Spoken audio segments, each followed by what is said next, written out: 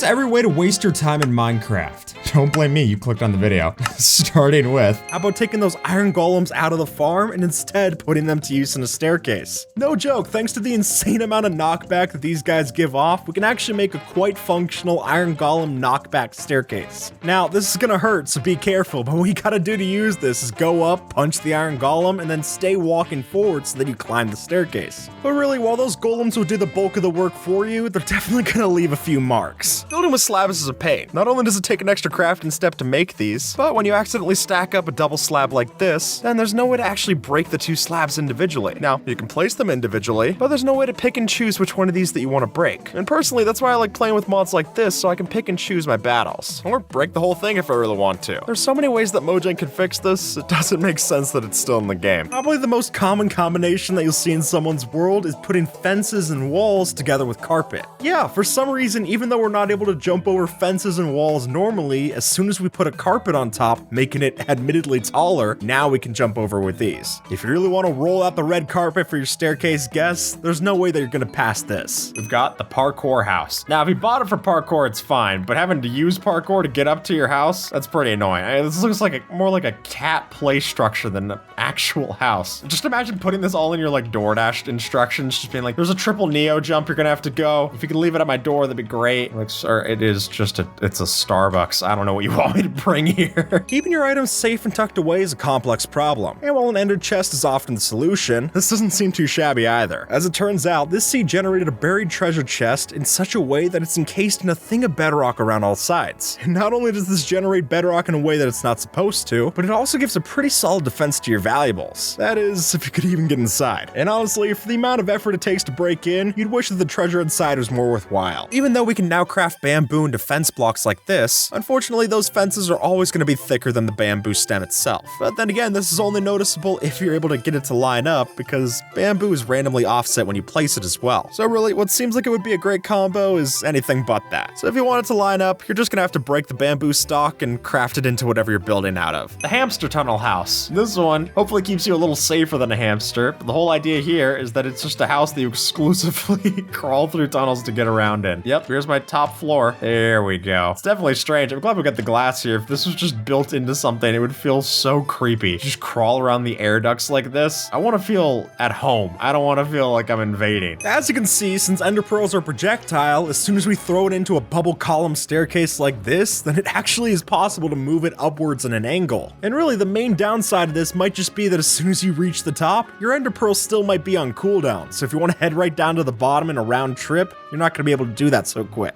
Every time that you die in Minecraft, you're given a score, which seems kind of pointless considering that this isn't an arcade game, and the only scoreboard that's in the game is a command that's used to track other things. But what you'll notice is that that number is tied to the amount of experience that you have on death. And so if we were to die with over 21,863 levels, then the score that you get is actually negative. And the reason being is that we're going over the integer limit for this number. It doesn't know what to display, it gives us a negative, which is kind of funny. The game's basically calling you out for being a tryhard, which yeah, if you have 21,864 levels, you probably deserve a little bit of call out. But it is also funny to me that even with all those levels, if you went to go add all these things together in an anvil, it would still tell you it's too expensive. That's a rant for another day, but it still annoys me. The heavy core is not only an interesting item for us being able to use it to craft the mace, but it's also interesting because what is it? I mean, besides heavy. And while there's not a lot of lore you have to go off of for this thing, this hidden detail down in the ancient cities suggests more. Because as the user Penguin Orgalord shows off on Reddit, since the heavy core is placeable, we're able to set it down inside of the ancient city portal frame and notice that it fits perfectly within the texture for a reinforced deep slate. Coincidence? I think so. Before you try fishing, you should look up first. Since if you're fishing in an area where you don't see clear sky above the water, that'll double your waiting time. So while it might sound safe and convenient to fish inside a cave, it's not going to be that convenient having to wait double the time as opposed to fishing up on the surface. Not to mention the fact that you also get a bonus when it rains outside. So don't waste your time and just move your bobber upstairs. A minecart by itself doesn't move on a rail. I mean, that's really why we're supposed to have furnace minecarts to move them. But the truth is that if you have 10 extra ingots of iron, you're able to make this a lot easier. Since by putting 3 minecarts into the same spot, you'll then find that they're able to move on their own without any rails. And it gets even weirder from there. Like, they'll typically start to move diagonally like this, and then if you have these 1-block gaps that are in the floor, they'll just roll over it with no problem. Which, I'll be honest, I can't say I'm a little jealous. It's embarrassing when 3 minecarts are better at parkour than me. Fall damage is something of a great equalizer in the Minecraft world, because no matter the enchantments, the potions, or even the hearts that you got, there's an upper limit for all of that. But have you ever wondered how high that could be? Well, as it turns out, if you were to mix together a full set of Protection 4 and Feather Falling 4 netherite armor, a Turtle Master potion with Resistance 4, an enchanted golden apple, and then land on a pad of hay bales, that'll let you survive a fall of 4,504 blocks on half a heart. But really, just use a water bucket. Spawning into a new world should be a positive experience. After all, it's the start of something fresh and exciting, so that's gotta count for something. But in this case, it's more of a rude awakening than a clean start, since on this seed, we just so happen to spawn right on top of a cactus of all places. And I don't think I'm out of line by calling that a bad spawn. So if you want to start out your world with a depleted health bar and a bad attitude, I guess this does the trick, for whatever that's worth. Lighting up caves while you're mining is obviously a good idea, but in specific situations, you might be placing your torches wrong. Because obviously, the worst scenario that we want to avoid is that you place your torches on the ground, you go to mine that diamond ore, and all of a sudden, all this water splashes into your face. Just like that, your torches are wiped clean, and now you can't see your way back up to the surface. Rather, if you place your torches on the walls, then you can avoid a lot of that same hassle. If you place yourself just right and look up through that minecart stack at a roughly 45-degree angle, then all you gotta do is hold down the right click button, and all of a sudden you'll be shot up right to the top.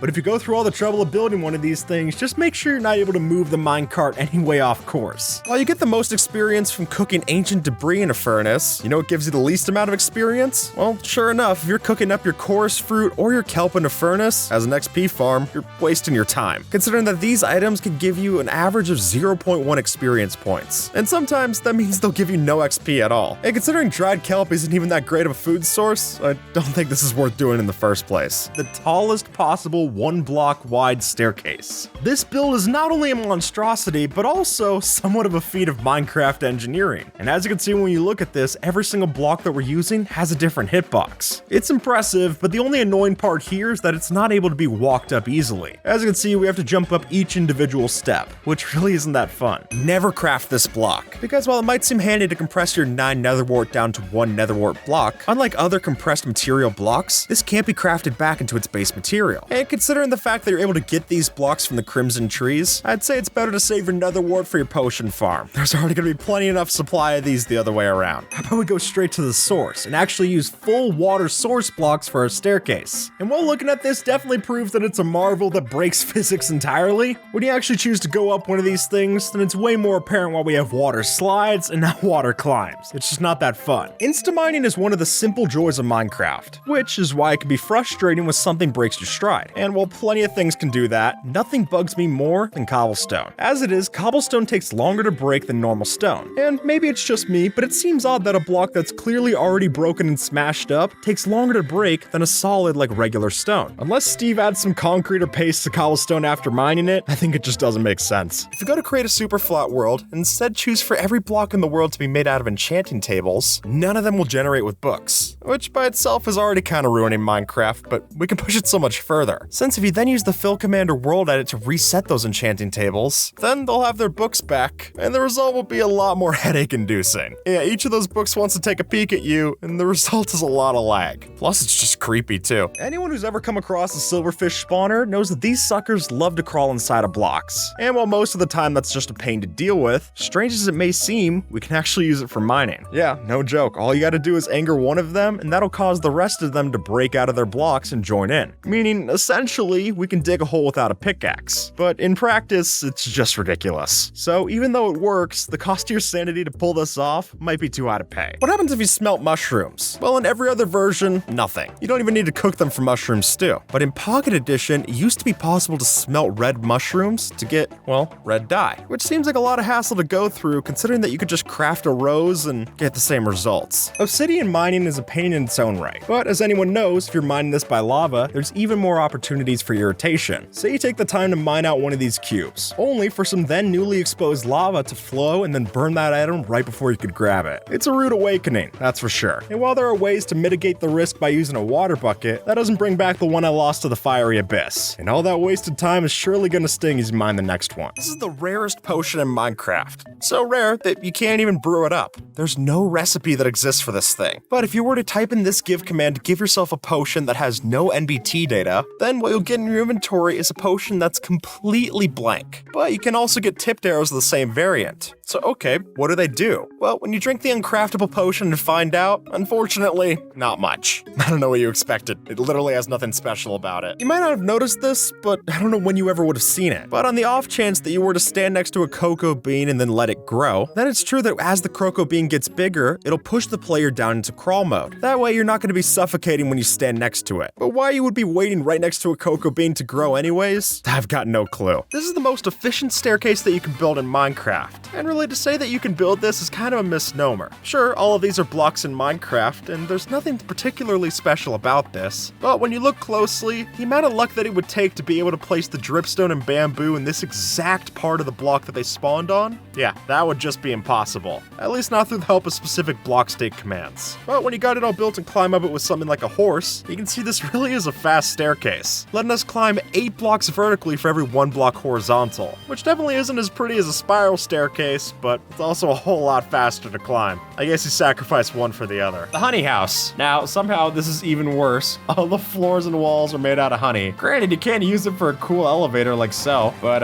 yeah, as soon as we get up to the top here, we're getting hit by that 1 pixel on the barrel. We can't even reach the top floor. Maybe that's a good example as to why this isn't very fun. Wait, you can't even jump out of here. You can't jump up onto my bed. That's how pitiful this is. Did you know mobs can't kill you if you hide in sugarcane? Well, that's not true, but it used to be. Since apparently back before the 1.9 snapshots, there existed an old bug where if you stood inside of a sugarcane stalk like this, the mobs wouldn't try to hunt you down. But unfortunately for us and our sugarcane, that's been changed. Which makes sense. It's one of the more transparent blocks you can stand inside. If the zombies couldn't track you down through that, I would doubt their eyesight. Item frames are an incredibly versatile block for decorations. And with the recent addition of glowing and invisible variants, there's even more of a reason to use item frames inside of your creative builds. But that only makes this problem all that more noticeable. Since when in creative, if you punch an item to get it out of a frame, much like you would in survival, it doesn't drop the item, but just deletes it instead. And that can be quite annoying and definitely unintuitive. So save us the hassle and just drop the item as is. As some users found out, if you were to go inside of the potato snapshot for Minecraft's April Fools, then by putting down a potato emoji, it would give you a potato emote inside of any text box. And while it doesn't look like much when it's just the regular sign color like this, if you were to give it a dye and a glow ink sac, then all of a sudden it actually looks like a poisonous potato that's animated. Every now and then you run a little low on a resource like clay, and now you gotta go dig at the bottom of a lake. And even though the amount that you need might be pretty small, you should never be digging underwater without an air pocket, or aqua affinity.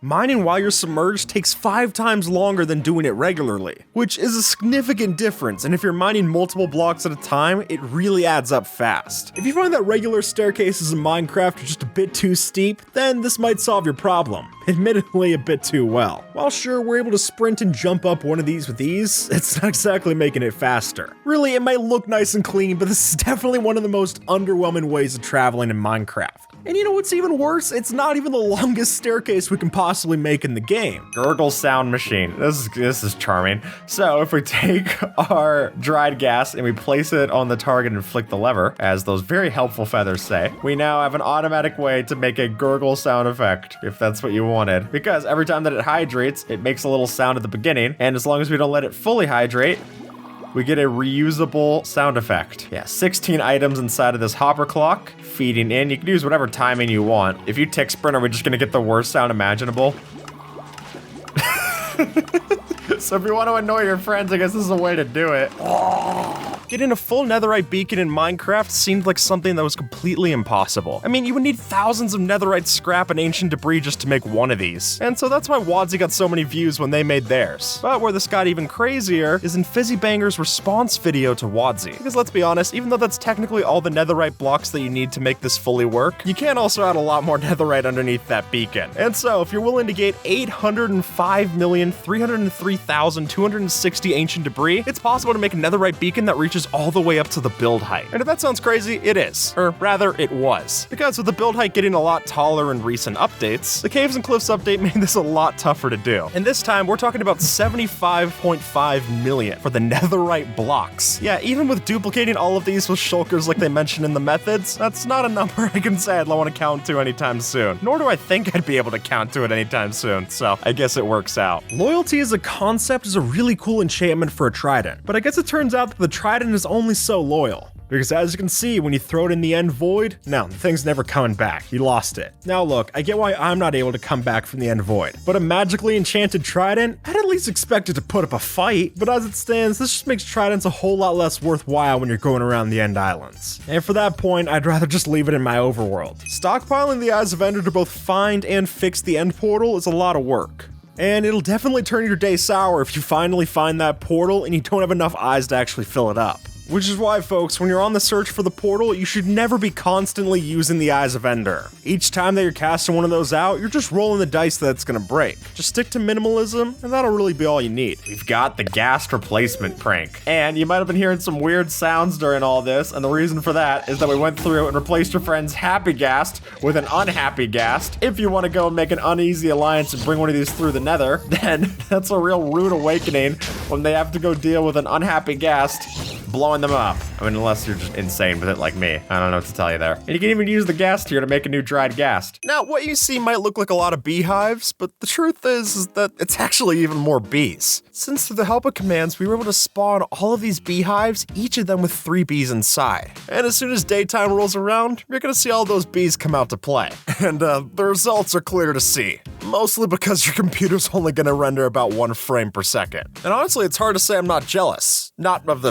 dying computer, but I respect the bees willing to stick that much to their wake-up schedule that they'll literally ruin the world. If you drop the Warden from build height to bedrock, it would still live. But if you have a 319 block drop into dripstone spikes, then that's enough to kill the Warden in a single drop. Here's how to turn your Minecraft boat into a warship. Since by dragging behind a couple of snow golems that you put onto a raft, then when we attach that to a lead and hold that while we're in our boat, we can drag that along and have them do drive-bys to attack any mobs that get close to you. And for attacking some of the drowned before they throw a trident at your boat, that seems particularly helpful. If anything, those few frames where they get damaged by a snowball could be just the amount of time you need to escape before their trident hits you. Now, crafting an anvil definitely has its use. I'm not gonna argue with that, but crafting 64 of them to make a railing, that's where you start to lose me. But sure enough, there are some people who like to be bougie and put together some of these anvils as decoration block. And to a degree, I get it. It does have a unique model that makes it great for certain details like so. But having to spend 31 iron ingots just to get one of these, that makes it expensive even if you got yourself an iron farm. And really, if you're at the point where you're considering building this anvil floor design in survival, you might as well just save yourself some time, throw all your iron on the floor, and then crush it with that very same anvil, since both will be about the same waste of your ingots. With your Riptide Trident, we can go up to 200 blocks into the sky. And the way we do this is that if we wait for a rainstorm and then continuously bounce off a slime block bounce pad, each time that we bounce back down, we'll launch higher than the last, which in turn gets us more momentum, and we can continue to do this until we reach so high in the sky that the rain becomes snow, meaning we're so high up in the atmosphere that it starts to get cold up there. And while that's all fun and games, just make sure that you actually land on the slime block when you're ready to come down. We don't need to go from your highest high down to your lowest low. By themselves, villagers are an irritating mob, but when you try to move them, that frustration cranks up to 11. Since they can't be led around like pigs or cows, we need something like a boat to take them long distances. But using a boat in a village has its own problems. Namely, if you row the boat on top of a path block, you're out of luck. Since you can't row the boat upwards, that 1 pixel is all it takes to lock your boat to that path. And now you gotta break it and start all the way over. Using perfectly spaced out launchers like so, if we run at this diagonally, then we can actually climb up a staircase using slime block bounces. And while you might have to occasionally correct your air positioning to get this going just right, as soon as you learn the method, then this is definitely a fun way to get up to the top of your world. While in creative mode, it's possible to add any enchantment that you'd like to any item, including items that can't be enchanted normally, which means that if you really wanted to, you could get yourself a fire aspect water bucket, which doesn't make a lot of sense, but at least you're offering both the problem and the solution. As you can see, by using the harness like so, we can actually have this be a multicolored decoration inside of your build. I mean, this is a massive table by the looks of it, but with our giant pots, if you wanted to make a giant setup, this is pretty neat. And we can have the gas trapped with the blocks inside of it like so, it's not suffocating, but it just won't move, giving us a table that you can actually walk on, if you're rude, I guess, and a table decoration. Speaking of bugs added in 1.21, perhaps my favorite happened in the pre-release where you would leash a boat onto a fence. Since if you had both the fence and the boat midair and tied a leash between the two of them, you'll notice that the boat would keep bouncing up and down with infinite upward momentum. But it's unfortunate this was patched because it would have been one of the funniest ways to make an AFK machine in Minecraft. I mean, imagine instead of tying your dog to a fence, you could just tie it inside of a boat like this, and that would be enough to keep it entertained while you're going away. The Nether house. Now, for good reason, nobody really lives in the Nether. Even with the Nether update giving us all the options to live in the Nether, you're not really doing it because, I mean, look at this. With all the scaffolding, we're right above lava. I almost fell in just holding shift. And if you want to use any of the nice blocks that we're used to, a lot of these are going to explode to gas or they're going to burn up in some kind of fire lava mishap. Even when you get here, the grass color map stinks. It's just a really ugly place to live. And then what? You go and either have the respawn anchor, which is a treasure item that you're going to have to work for, or a bed, which we all know how that ends up. Unless you're on the run from taxes, don't live in the Nether. If you're really looking to take your items for a spin, then there's really nothing that matches up to a honey block roundabout. The way it works is that items are dispensed in the back and then pushed around in the honey blocks in circles by the pistons. While it really just amounts to a pretty show, I've got no problems with that. It is kind of mesmerizing to watch. And it's worth noting for the sake of being thorough that even if all the items don't get collected at the front, then they still get picked up in the back and then funneled into the system. That little tidbit isn't going to make it any more practical, but it is worth noting because, hey, at least it's functional. So if you got a rumbly in your tumbly for all kinds of weird storage, then this is definitely the best you'll find in the entire 100-acre wood. Do you know that shulkers aren't the only ones that are able to live in shulker shells? Sure enough, if we follow the lead of this Reddit post posted on the Glitches subreddit, then if we crawl into a tunnel and then position ourselves on top of a shulker box, then when we open up that shulker box, we're supposed to phase through it, but with a block underneath it, we're just gonna get stuck inside. Which looks very cool in first person, but for anyone in third person, it would just look ridiculous. So maybe don't let your friends see you trying this one out. Anyone who's ever had to mess around with a bunch of different dyed blocks knows the pain of this one. Because as much as we'd want to, we're not able to actually re-dye different dyed blocks. I've had way too many times where I've gone over to a crafting table, wanted to take my old dyed blocks and turn them into something I can actually use. But no, I'm not able to do that. And as someone who likes to mess around with a bunch of color in my bases, I would definitely love to see this get changed around in a future update. We're gonna use just one ender pearl to get infinite amounts of ender pearls,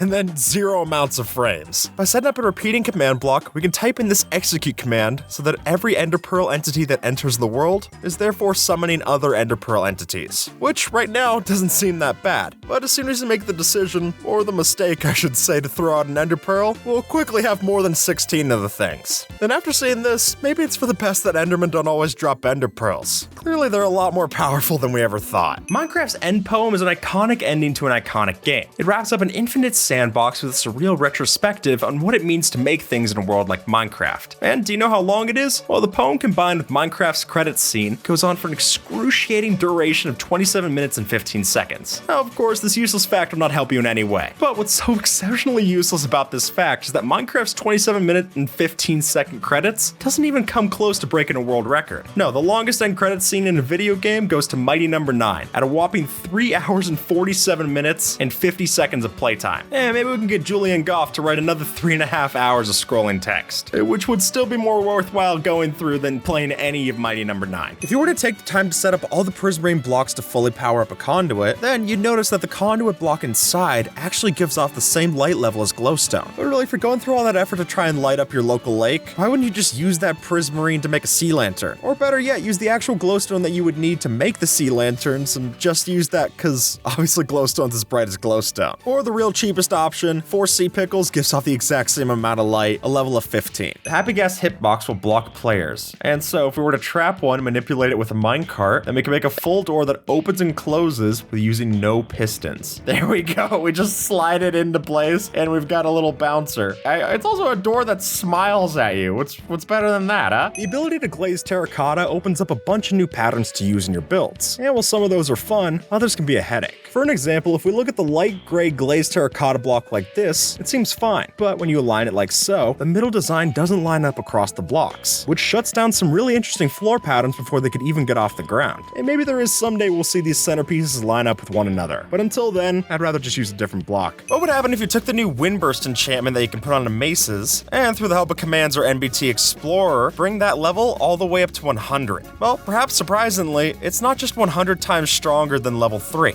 It's so much worse. As Phoenix SC shows off in this video, if you use a wind charge to get the initial burst and then use wind burst level 100, you can shoot yourself up over 1,300 blocks. But at that point, you gotta remember that when you do come back down to the ground, you are still gonna take fall damage. Oh, and also, don't set it over 256, since at that point, Minecraft just completely disables the enchantment, and it's like your mace isn't even enchanted. If the mace is supposed to launch you every time that you click with it, then what would happen if you spam clicked a mace in Minecraft? Well, using the help of an auto-clicker, if we position ourselves just right on top of something like an iron golem, then we're not exactly gonna launch off of this thing, but instead just whittle down the iron golem with a whole bunch of particles. I kinda love it, honestly. It looks like we're digging straight down through an iron golem, which sounds like you're breaking 2 Minecraft rules at once, but when it looks this cool, I think you're safe. Here are 47 different satisfying experiments that you can do in Minecraft. Starting with, what happens if you make a super flat world out of creaking hearts? Observer, welcome to this world. All right, so what's gonna happen is if we set this to night, then we should see a whole bunch of creaking spawning in. Because here we go. That was remarkably chill. I would have expected something to happen. There we go, now we're cooking. Okay, you give it an update and then it starts bringing in all the creakings. Oh my gosh. This is insane. Okay, so it's like when you make a world out of all sand. You just need a bunch of updates. Holy smokes. Yeah, let's set it today and see what happens, huh? Gong, gong, gong, gong, da, da, da, da. Whoa, that was awesome. Yeah, you want to see me die to them? Ow! Well, I'm looking at a whole bunch, so I can actually kind of use the ones that I'm looking at to keep me safe from the ones that I'm not. Oh my gosh, when I turn into the F5 mode, though, it's horrible. This is the actual FPS. This is so bad. All right, in this corner, who would win in a fight? We've got the chicken jockey. This is going to be fighting for your old Skippy's army versus the jockey chicken. Oh, you're on, bud. And brawl. Oh, you got a real cowardly zombie there. Oh, can he win? I killed your chicken pretty quick. Oh yeah, baby. There's a reason why we weren't yelling jockey chicken in the theaters. Next we've got who would win in a fight? 100 baby-sized wardens. That's adorable. Versus 1 warden-sized baby zombie. All right, I'm gonna take this guy. Oh, he's off. Get him! Wow, that looks horrible. This is the equivalent of just stepping on a Lego every frame possible. I don't, can we get a do-over on who we picked? The wardens do have less health to make up for their baby size, but I don't know. Oh, that combined sonic boom looked bad. I mean, maybe that's fine. Wow, the baby zombie size like this is hilarious. Come on, you got this. Oh, there we go. Put him back in detention. Baby zombie's got a lot of health though. It's got warden-sized health, so it's doing pretty well. Actually, a lot better than I expected, and I'm the person who bet on it. Which one falls slower? Would it be a chicken or me with slow falling? Oh, well, maybe I should have drank that first, huh? All right, I will drink up my slow falling and let's get to it. Oh, just a real casual, I'm not doing anything. It is easily the chicken. But that begs the question, what would happen if we had a chicken with slow falling? Okay, we've got our chicken frozen in time right here. And just watch the tick step happen. And now tick unfreeze and we're good to go. Wow, that's like basically locked in place. We've turned off tick freeze by this point too. You can see it's moving, but look at how slow it moves. Is that the slowest entity in Minecraft like that? I think it might just be. Oh, there we go. Yeah, let's slow it down a little more, huh? So, Observer's now riding the chicken. We got the Observer jockey. And with the help of Mini-HUD, we now know that he is moving at exactly between 0 and 0.23 meters per second, which I think we could take to mean almost too slow that we can't even calculate it. Yeah. What if we made the human sponge? All right, it's time to get cast in SpongeBob the Musical, since what we have here is a command setup that's going to make it so that both me and Observer are functionally sponges. So all around us, we will drain water. Can we drain the ocean? Let's find out. Well, the good news is that I don't have to wring myself dry, at least no more than usual. This is ridiculous. Just the idea of being like, oh yeah, I'm hydrophobic, so I'd rather just keep my distance, thanks. This looks ridiculous. I can't even swim up if I wanted to. This is, okay, so is the answer, can you drain the ocean? Maybe if you had a lot of friends. But unless everyone wants to come over and recreate Bikini Bottom with you, I think there's more fun ways to roleplay. It is very funny though. Observe, if you fly up into the sky, trying to do like a water bucket clutch like this is pitiful. Just being like, I'm getting chased. I need to go make a jump quick. Uh-oh. It's a good thing there's kelp here, otherwise I think I would have died.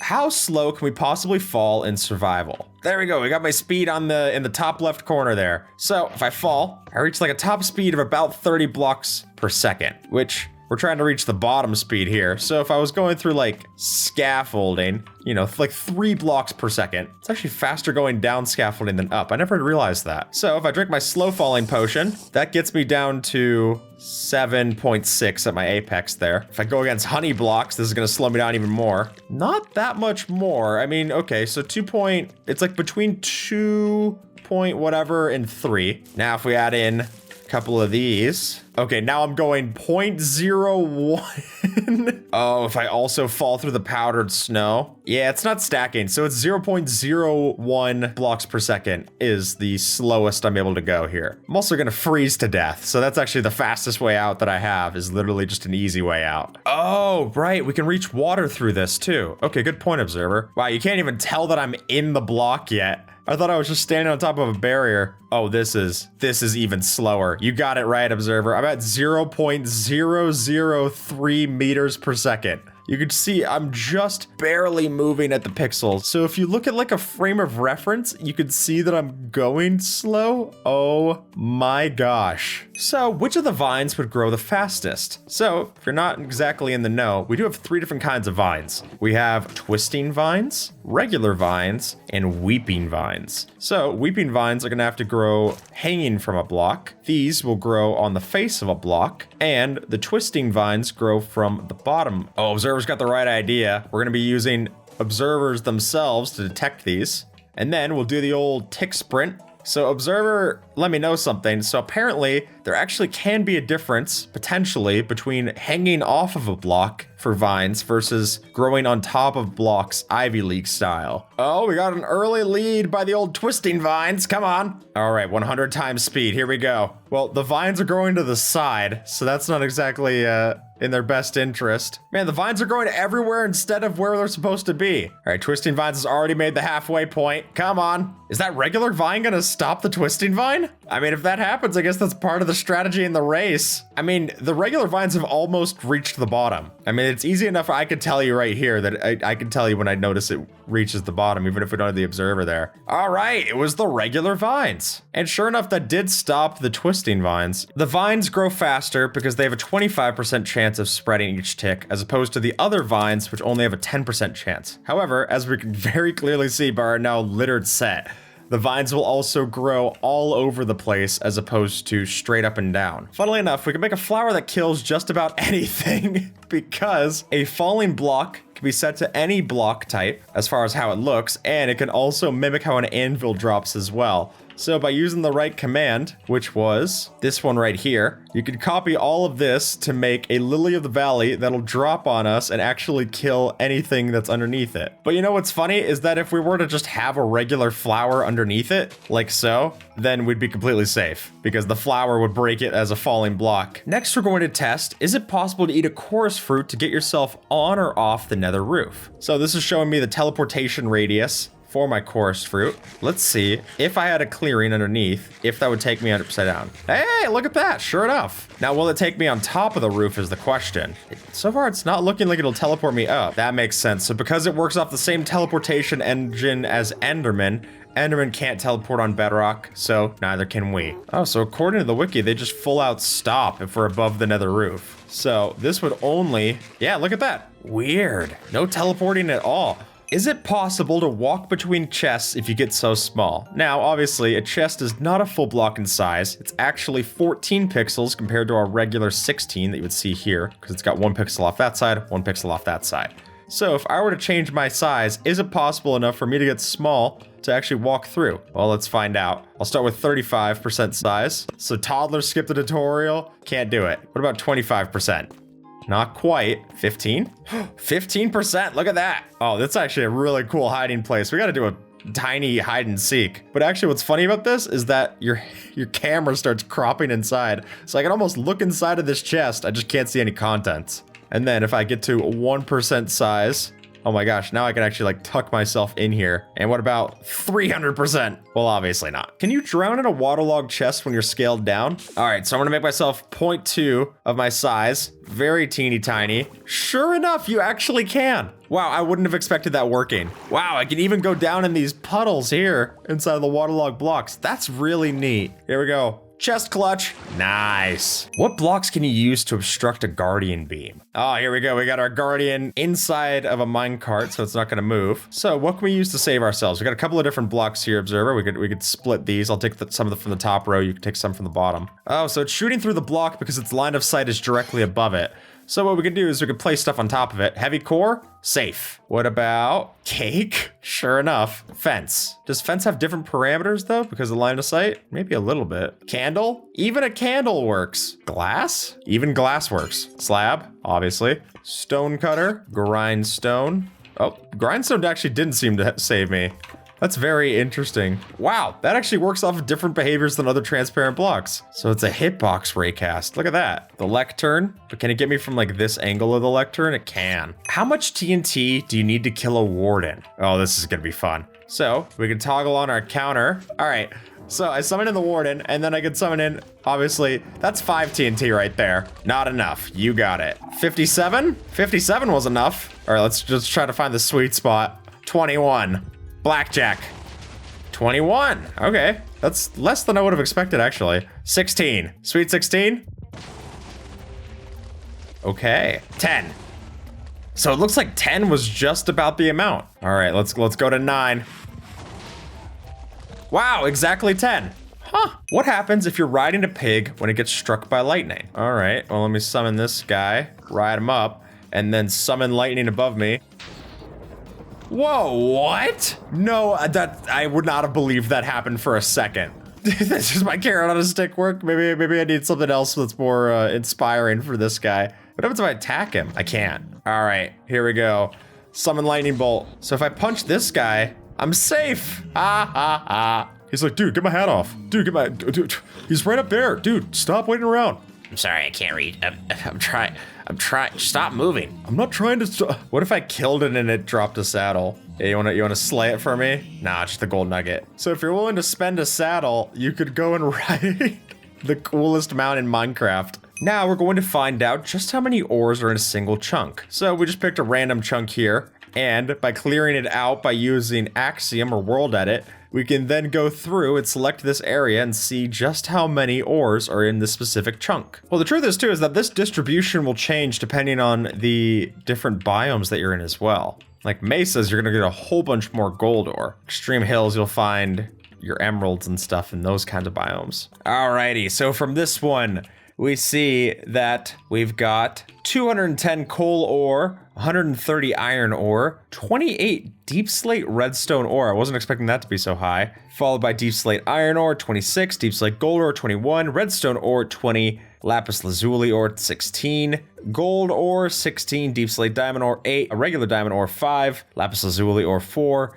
and 1 jungle log that made it into the chunk somehow. Whoa. So sure enough, you can make a full void cube out of, we got barriers here, but these are all just the end gateway blocks. Oh, that's trippy. I can't run through these, but look at that. And then I go through the floor and I make it to the end. That's awesome. As you can see, they give off different particle effects. The gateways give off the nether portal effects, and we get smoke from the regular end portal. That makes sense. It was kind of an older particle. What happens if we were to take a horse or a mule and give them Frostwalker? So using this command combo that we've got set up. Oh yeah, this is actually amazing. Why is this not in the base game? I feel like this would be so much cooler to go across. Just going around and ride on this. I know we've shown off how to make Frostwalker boats in the past with commands, but I actually really like using a horse in this way. Oh, that's a good point. Yeah, horses aren't exactly easy to bring across the water, basically. So having this alternative would be a real saving grace for our steeds. What are the limits of the knockback enchantment, Observer? Well, here we've got knockback 2. Pretty good, pretty good. What about knockback 10? This is the last of the Roman numerals. Substantial, we knocked it off the cliff. Knockback level 100. As soon as you go over this level, then it just starts saying enchantment.level.100. Bam. The sound getting cut off always cracks me up. Hey, look at that guy. Later. No imposters. All the way up to the max level of 255. All right, later. And observer, as much as I hate to say it, hit me, observer. Later. Ow. So, according to Mojang, we're not able to mix our chest plates and elytras together. It's supposed to be deliberate that you have to choose between one or the other. However, now we've got such a case, which lets us use commands to get a glider chest plate. We'll put the command on screen for you to do this, but I actually have, oh, I look awesome. I look like a superhero. Are you kidding me? Oh, I love this. And it's not even, oh, it is using the durability. I was gonna say, if it doesn't use the durability, this is overpowered. It's overpowered as is. And it's not just us who's getting the elytra upgrade, but in fact, we can also do it to our mobs as well. Sure enough, there is a command where we can give our mobs, as you can see by this pig, it has an elytra that it's wearing. Now, it's in its secret inventory, but it's sure enough wearing it. Oh, let's go in some distance, too. Remember when we used to do this instead of paper airplanes? Ugh. Well, some of us are better equipped for the elytra than others, but you could do this to any kind of mob like this. I just think that's so funny. Villager? Look at him go. He picks up some pace. He just doesn't know how to not slam his face. How small of a block could be used to negate a creeper explosion? Now, if you didn't know this, we could actually use something as simple as dirt to stop a creeper from exploding and hurting us. So a slab worked just fine. But what if I use, like, I don't know, a candle? I don't think so. Come on. Okay, candle did not work. A cake? Come on, everyone loves cake. That definitely helped. A bell? This is why you're gonna get notified about all future uploads. Nice! Yeah, ring the bell so you don't get exploded by a creeper, what I want to tell you. Flower pot? Maybe. Okay, anvil. Anvil's even strong enough to survive it. Here we have the zombie spawner. Now, what this will do, it'll summon a zombie with the max reinforcement stat. So if I set it over to night, and then I summon in the leader, that zombie's going to call in reinforcements. I think we have to damage him a little bit. There we go. So now look at all the zombies that it's calling in with it. Yeah, just keep hurting it, observer. Real torture it. I didn't know that this was a stat that you could tweak. So one leader and we got a lot of problems. Yeah, you can look at how they spawn in. That's so strange. If we were to summon in a zombie that has a button on its head, we can't see it, but sure enough, it won't burn in the day because it counts as its head. Observer actually has the right idea there. You go into spectator mode with it. Can you see it if you fly inside it? Yeah, look at that. You could fly inside and ew, it's acacia brain. But sure enough, with that acacia button, which is kind of funny, it doesn't burn, it's a wooden button, but it now thinks that's a full durability helmet. So it's applying all of the fire damage to its helmet, but the helmet will never break, giving us the immune to daylight zombie. Look at that. So scaling up a pufferfish will also scale up the range that it can prick you from, because this is based on its distance to the hitbox. So that's a normal one right there. So I have to jump up to even get hit by that. So that's a completely chill pufferfish. Oh my gosh, is that an even bigger pufferfish? So this is twice the size. Ow! And that's not even stage 3. There we go. Yes, that's hitting me well outside of the range. All right, so this is 5 times the size. Oh my gosh. Ow. So evidently, yes, it does scale its distance that it can hit you from. Next is 16, the max scale size. Great, this is just the Hindenburg disaster. Thank you, observer. Oh, the humanity. I can't even enter into our center. He looks so... I guess he's enjoying himself. Who dare wake me up from my slumber? Me. Ow. Okay, sorry. 5 more minutes, I guess. What would happen if we were to use Soul Speed 100? So by using commands to amplify the Soul Speed enchantment up past 3, we've now got our Soul Speed 100 boots. Oh boy. Oh my gosh, that's awesome. And then this is the max level 255. Woo! Observer, this is amazing. Look at me go. My hand is shaking. This is brilliant. And then I just launch off the side, but I don't even care. Look, if I'm sneaking how fast I go. These pillagers are so confused. Oh, this is amazing. It's like annoying. Could you imagine just trying to do like parkour with this? Just like navigating on one block. All right, observer, show me how we make this happen. So we can keep stacking up our camel ladder. There we go. Oh, they're starting to take a little bit of damage. We're gonna have to ride this ladder fast. If I'm not mistaken, we could right click and go the right angle here. Here we go. Oh yeah, I'm climbing the ladder, baby. And then like climbing up to the top. I hope that I get a promotion. Oh no. Well, I guess any ladder would break if you probably put it up too high. I remember I did a short once that had like all of the camels stacked with all of the camels on top of them. So it made like a camel dodecahedron weird thing. It was like a camel pyramid. It looked awesome. Just you bringing your camels around. They're very polite. I mean, except for the one that literally is killing his brothers and sisters over there. Yours are awfully kind. It's got kind of a leaning tower of camel vibe. So, funnily enough, we've shown off in the past giving the fox an item. But if we get it to pick up a mace, it can actually use the mace smash attack. There we go. And then if we could get it to get the drop on it, eventually it'll do the actual full density smash. Awesome. Wait, what happens if you give it with Windburst? That's embarrassing. Come on, go for the drop again. Oh no, well, I guess you get it back. Clearly don't play around with tools that you're not powerful enough to understand. So here we're going to be summoning an Enderman that then places down a spawner that spawns more Endermen. What'll happen? So the reason we're on a super flat is that when your tick sprint like this, it get very laggy. So we needed to have something where it wasn't loading all the other stuff that we have at the observatory set. Yeah, set it to nighttime. There we go. Now we're cooking. Oh yeah. So as soon as they place their block, they die. Oh, this is amazing. Just music to my ears. Enderman join the world, Enderman leave. It's really a circle of life, circle of death kind of situation.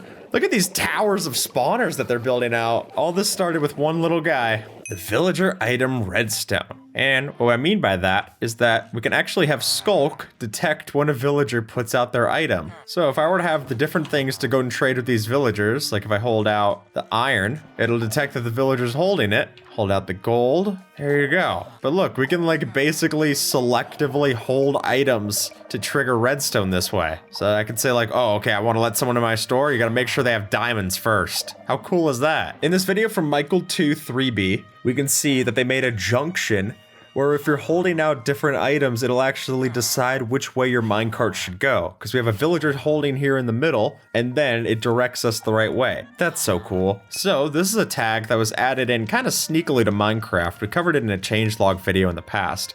But the idea here is that this villager might look like it's on fire, but it's not actually burning, because there's an NBT tag for things to have visual fire while being completely fine. Frosty the Snowman, he's chill. I mean, despite what he looks like. And what's cool about this is that this actually works as well if you were to put them in water. So they're still on fire in water. How weird. I mean, that's not gonna go so great for our snowman, then he just melts. But for the bat, same thing. What happens during the Ender Dragon fight if the entire End Island was made out of destructible blocks? All right, let's kit ourselves up, Observer, going in. Normally, our friend the Ender Dragon wouldn't exactly be able to break any of the obsidian or end stone that's here. But if we switch it all out for stone, what's gonna happen then? Oh, here we go, now we're getting somewhere. Oh, it's coming for you, Observer. Look at it, now we got the cave dragon. This is awesome. Look at it carve these patterns. This is neat. This is like our own little terraforming. Terraforming? Well, I think we got our answer of how that changes the fight. Now it looks like you're playing in a Quake 2 map. Okay, this actually looks awesome to see from the outside. We're making like the coolest arena. So what we've got is a command that'll change our gravity to a much lower value with the attribute command, essentially giving us moon gravity. How cool is this? So there is still some gravity. It can go all the way down to -1, which just means that you're shooting off into space super fast. But I think if you pair this with the end, how about this? It just looks like we're walking around the moon. I mean, they did add the moon in a little Minecraft update in the past, so it seems pretty fitting. Ow. Oh, be careful though. If you fall too far, you can still take fall damage. What I'm curious is like, if you have a frog on the moon, how high does Noobster jump? Come on, buddy. Pretty casual. All right, I guess it's just a regular Tuesday going to the moon. Fine, whatever. What about a rabbit? It's falling a lot slower. I thought it would go a lot higher. One of these frogs has to jump, right? It's in their nature. We're trying to make Mario Odyssey 2. Come on, guys. Hey, there we go. Wow, it doesn't jump any higher. It jumps. Oh, there we go. I'll be honest, I expected a lot more. Well, okay, that's gonna maybe kick a little more into the spirit, Observer. If we were to make bees that were bigger than the hive, would they still go in the hive? Let's find out. Here's our bee. Oh, it's getting a little bigger. Is he too big to even recognize that it is home now? Oh, you got too big for us, huh? Oh, Mr. Hollywood. Yeah, go fly around. Just because you got added in 1.15. Who did it? So is that when you make them even bigger? Whoa, okay, hey, buddy. Maybe it would if we didn't have the leaves here. Okay, so if we make it nighttime, they should go into their hive, right? They're too big. Size 4, they can't. What if we make them, okay, I sized them down. So as soon as I size them down to what's this size? Size 2, they can make it in. But size 4, no luck. Will they still go in with size 3? Set it to midnight again. Okay, that worked. So it does work. It's just extremely hard. Okay, so here's how we make an infinite velocity minecart. Is that we just put down a whole bunch of minecarts where it gets very annoying. So look, we have infinite velocity going both ways. Oh, so the velocity went to not applicable. So now we have minecarts that have no velocity? Wait, okay, that's what you mean, is that we got floating minecarts here, observer. And this could be done in survival.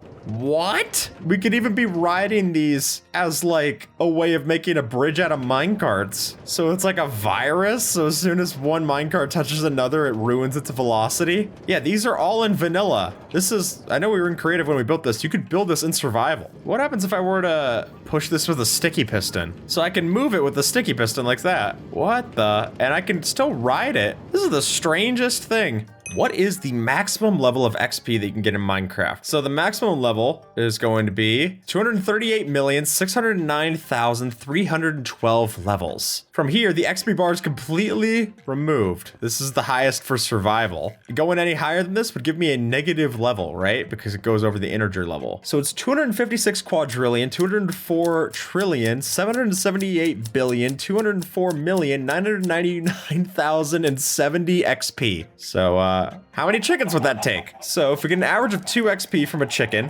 then we need to kill roughly, oh my gosh, I gotta number this out again. 128 quadrillion, 102 trillion, 389 billion, 102,499,535 chickens. To put that in perspective, we only have maybe like 1,000 here. It's nowhere close. So it is possible to make realistic climbing spiders by using a command that makes it so that once a spider is at a certain point, it actually flips over. So if a spider were to start climbing on the wall, yeah, they're really nice paid actors. Come on. So once the spider climbs up to this certain point, it'll detect it with the command block, then making it a dinner bone spider.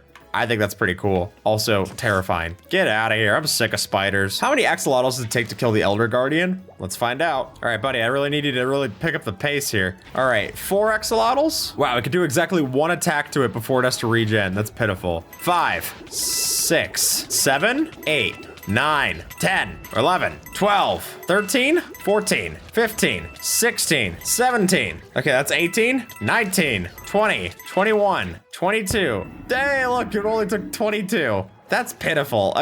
I guess it's nice as a little bit of a distraction, but that was way less than I was expecting. What is the absolute slowest way to break obsidian in survival? So the slowest that I could go would be, I have mining fatigue right here. I'm submerging myself in water with these bubble columns. And then that gives it so I'm mining even slower. So using my fist obviously would be very, very slow. I mean, usually it takes 5 minutes to do this if you're doing it with your hand, right? Observer will get a nice AFK clip of doing it. So Observer sat there and punched it for like 2 hours, but even after all that time of punching it non-stop, it didn't even budge. I think we just made it too hard to break.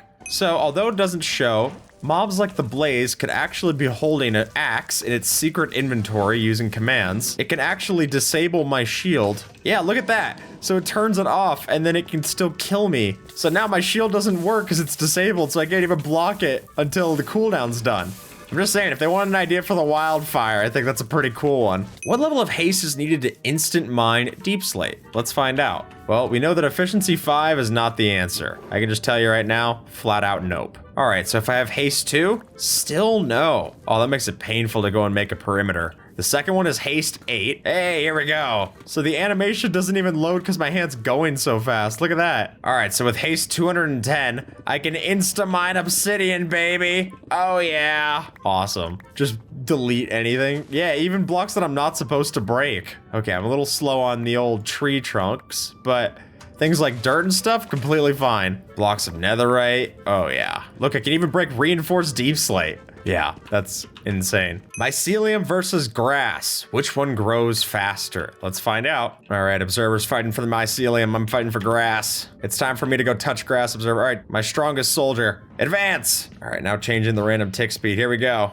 Oh yeah, look at that. Well, what won? Let's get a little count here. All right, so the final results. We got 662 grass blocks and 640 mycelium. Sorry, observer. It looks like you need a little bit more runway for your mycelium. I think that's where mycelium really takes the cake. So, dripstone damage is capped. So how much dripstone would it take to kill the wither? Let's find out. I'll summon in a new one, place up my dripstone and let it rip. That's 1, 2, 3, 4, 5, 6, 7, 8, 9. 9 be the number. How many bed explosions does it take to kill the wither? Well, obviously we usually use our beds to kill off the ender dragon. Oh, sorry, let me just be awesome for a second. Just get that achievement real quick. No biggie. So that be 1, 2, 3, 4, 5, 6, 7, 8. So there you go. I guess beds are as strong as dripstone spikes. Go figure. You can do it in 7. Yeah, here, I'll spawn them in. You go do the once over, observer. 2, 3, 4, 5, 6, 7. Nice. All right, 7. Just edging out the dripstone. Well done, observer. What would happen if lava refilled in the nether the way that water does in the overworld? So we can actually do this with the help of a command. It is the lava source conversion game rule that we can see here. The easiest way to test this is if I go make the basic, you can see that turns into lava in the middle. But what I would like to see, observer, what would happen if we just like completely decimated the lava here? How does this look? So you can see it already filled back up. We can't even ruin it fast enough. Oh, this would be the best furnace array in history. You just use a dispenser to pick up the buckets, have infinite fuel source because it's literally infinite. Whoa, observer's flooding it. Look at that. So just by placing a row like so, we could actually just have it create a whole new lava layer. How intimidating would that be if you just had a wave of lava coming towards you? It's like, oh, great. Not only is it gonna burn all my stuff, it's gonna burn literally everything that my family owns too. What would happen if we were to take our pigs and give them soul speed enchantment boots to then make our pigs even faster? So this is soul speed 3. Okay, it's not the most remarkable. Let's go up to soul speed 10. Now I'm going up to about 8 blocks a second. Man, this is with like enchantments that none of this is possible in survival and it's still pitiful. Okay, well, we'll see if we do any better with the soul speed 50. Oh, there we go. Now we're talking. All right, now we're up to 13, 14, 15, 16, 17 blocks per second. And it seems like that's where it kind of caps out. It really is kind of a sad arc with these things of just watching it hit top speed and then slow right back down. 128. All right, here we go. Now I'm going 30 blocks per second. These pillagers are even more confused than they were before. 255. Oh, yeah. How fast are we going now? 50, 58, 59, 60, 62 blocks per second. Oh my gosh. I flooded my pig. And now he's just a regular porker. It is possible to make a potion that gives you all of the potion effects in one. So we have a singular potion here. It's uncraftable, but look at all that it gives me. So this will give me Furious Cocktail. And how did we get here in exactly one potion? Well, it's not going to be the most fun drink. Splish splash. I feel like I die. I float up into space and everything goes black. What happens if I hit like a mob with it? So long, nerd. Ah, how did we get here? Ah! It's funny that you can still see them. It is like their soul left their body. If we were to take our Riptide Trident, for standards, this is a regular Riptide 3. Obviously, very impressive. But what if we get it up to like Riptide level 100? And we're off! Oh my gosh, the sound glitches out too. How high am I? 3,500 blocks away. Well, kinda wish I thought this through before I thought it was mostly simulator stuff on the first day of space camp. Level 255, the absolute strongest. Let me get up my F3 and let me hit it. All right, we're reaching a top of, it looks like 9,000 blocks. Observer, I got one other thing to try with this. Let's get the weather to rain and let me get the elytra on and we're going to go for the coolest space program in history. For starters, here was the Riptide level 3. Already going very fast, mind you. Here's level 100. Whoa! I feel like Superman. This is great. All right. Wow! Whoa!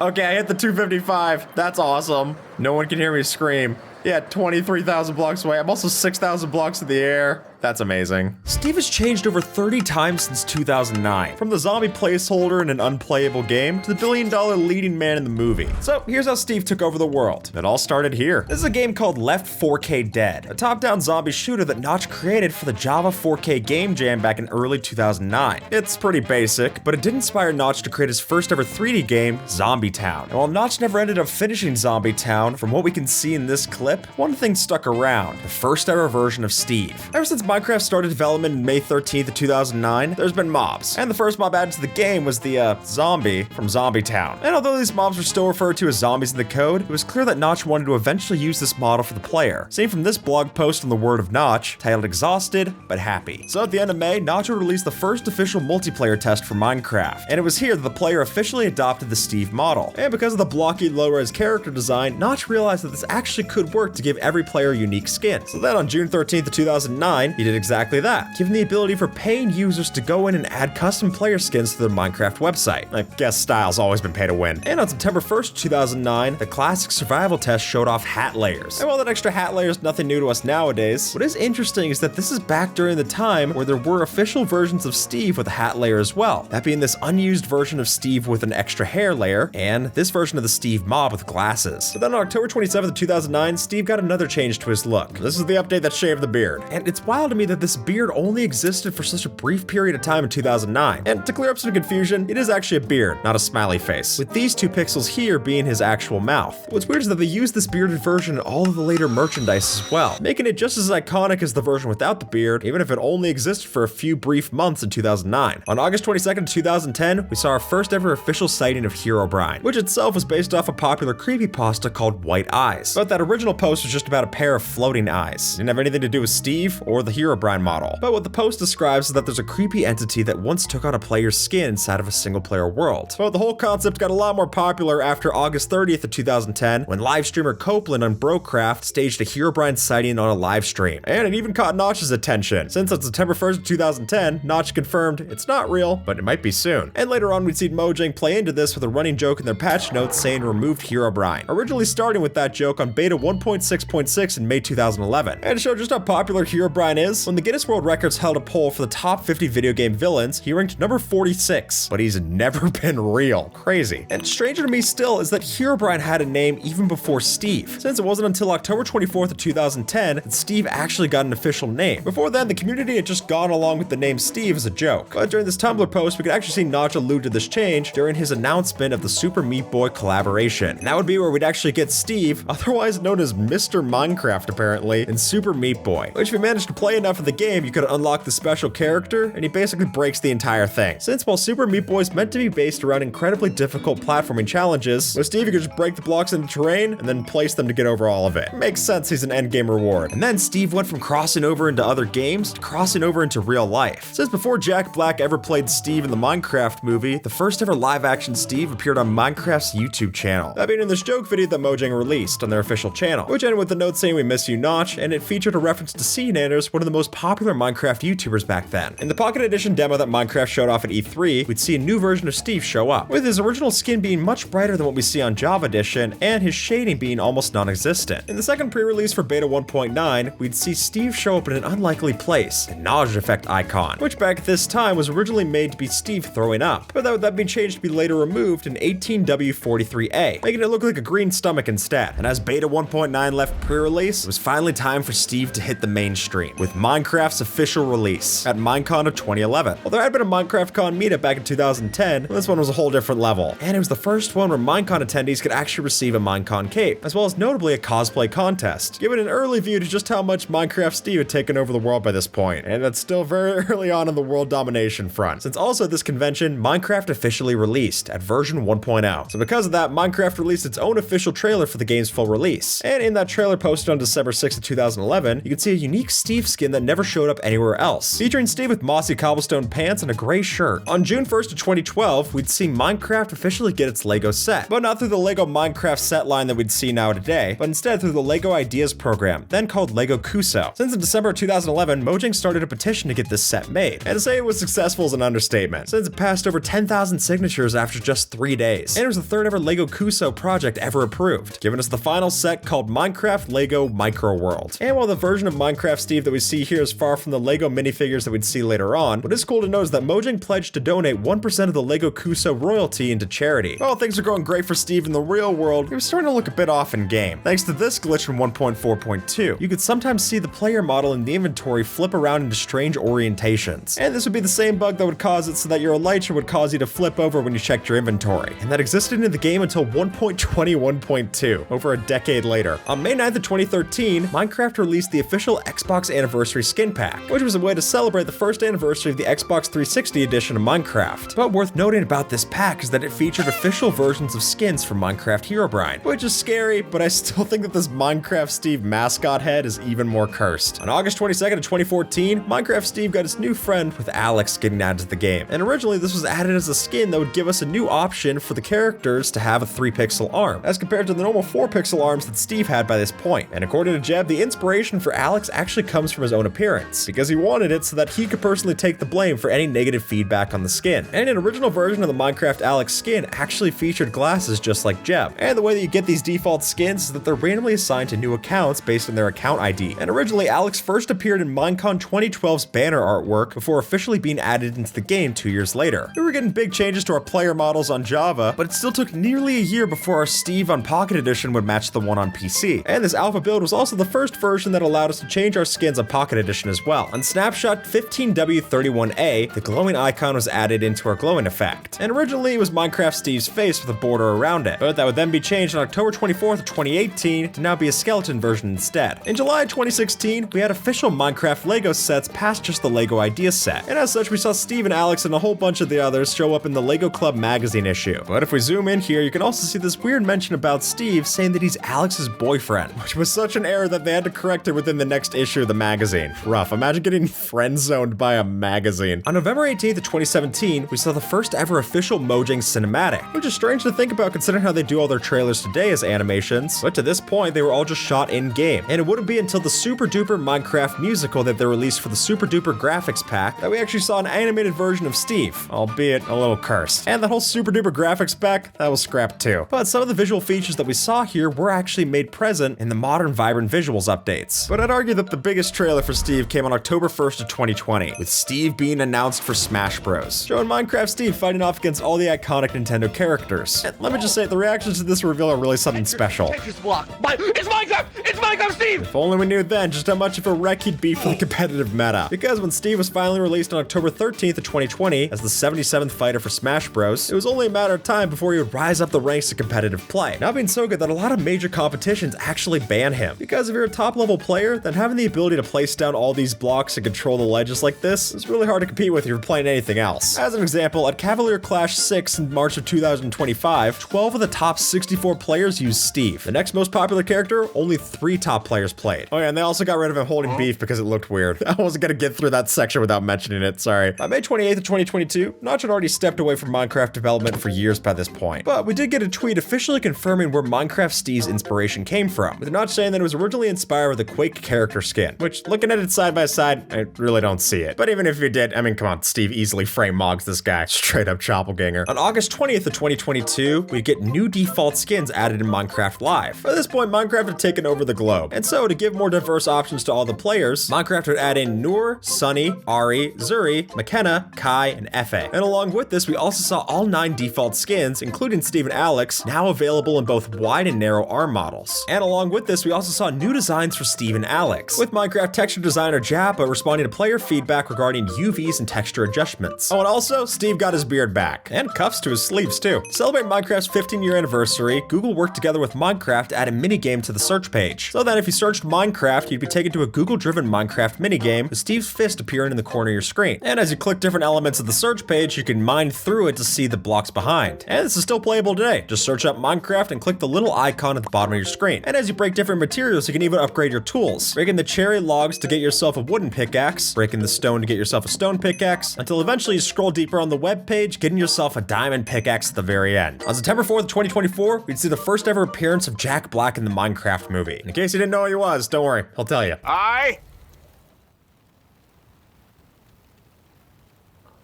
And originally, Jack Black was just intended to play a talking pig in the movie, but then the original actor who was supposed to play Steve actually couldn't make it due to scheduling conflicts. But that original actor, Matt Berry, would actually come into the film as the talking villager that we saw at the end. But with how much money this movie made, it didn't seem like Jack Black was the wrong choice, grossing almost $1 billion worldwide. And the song, Lava Chicken, becoming the shortest song to reach the top 40 of the UK singles chart and make it onto the Billboard Hot 100. On December 11th of 2024, we'd see the long-running dance game Just Dance add in Steve as an option, as well as the song Pig Step to dance along to, which unfortunately gives us our first appearance of Minecraft Steve with fingers. And then the most recent crossover of Minecraft Steve happens in Sonic Racing Crossworlds. And here, you're able to race alongside Steve, Alex, and a creeper, just as long as you get the game's season pass in the digital deluxe edition. And because this game's all about going through different portals to reach different locations, it makes sense that we'd also fly through the different dimensions of Minecraft, going from the overworld to the nether and ending in the end. We'd also see a unique skin for Steve in this version. And what's next for Steve? Well, he's been a Lego, he's been a Jack Black, and with the new Minecraft movie casting Mary Jane Watson, Kirsten Dunst as Alex, we might see a second chance for Steve to find love. And if that doesn't work, he can always go back to being a chair. And with that, folks, YouTube thinks that you might like this video, so see if they're right and have a good one, all right?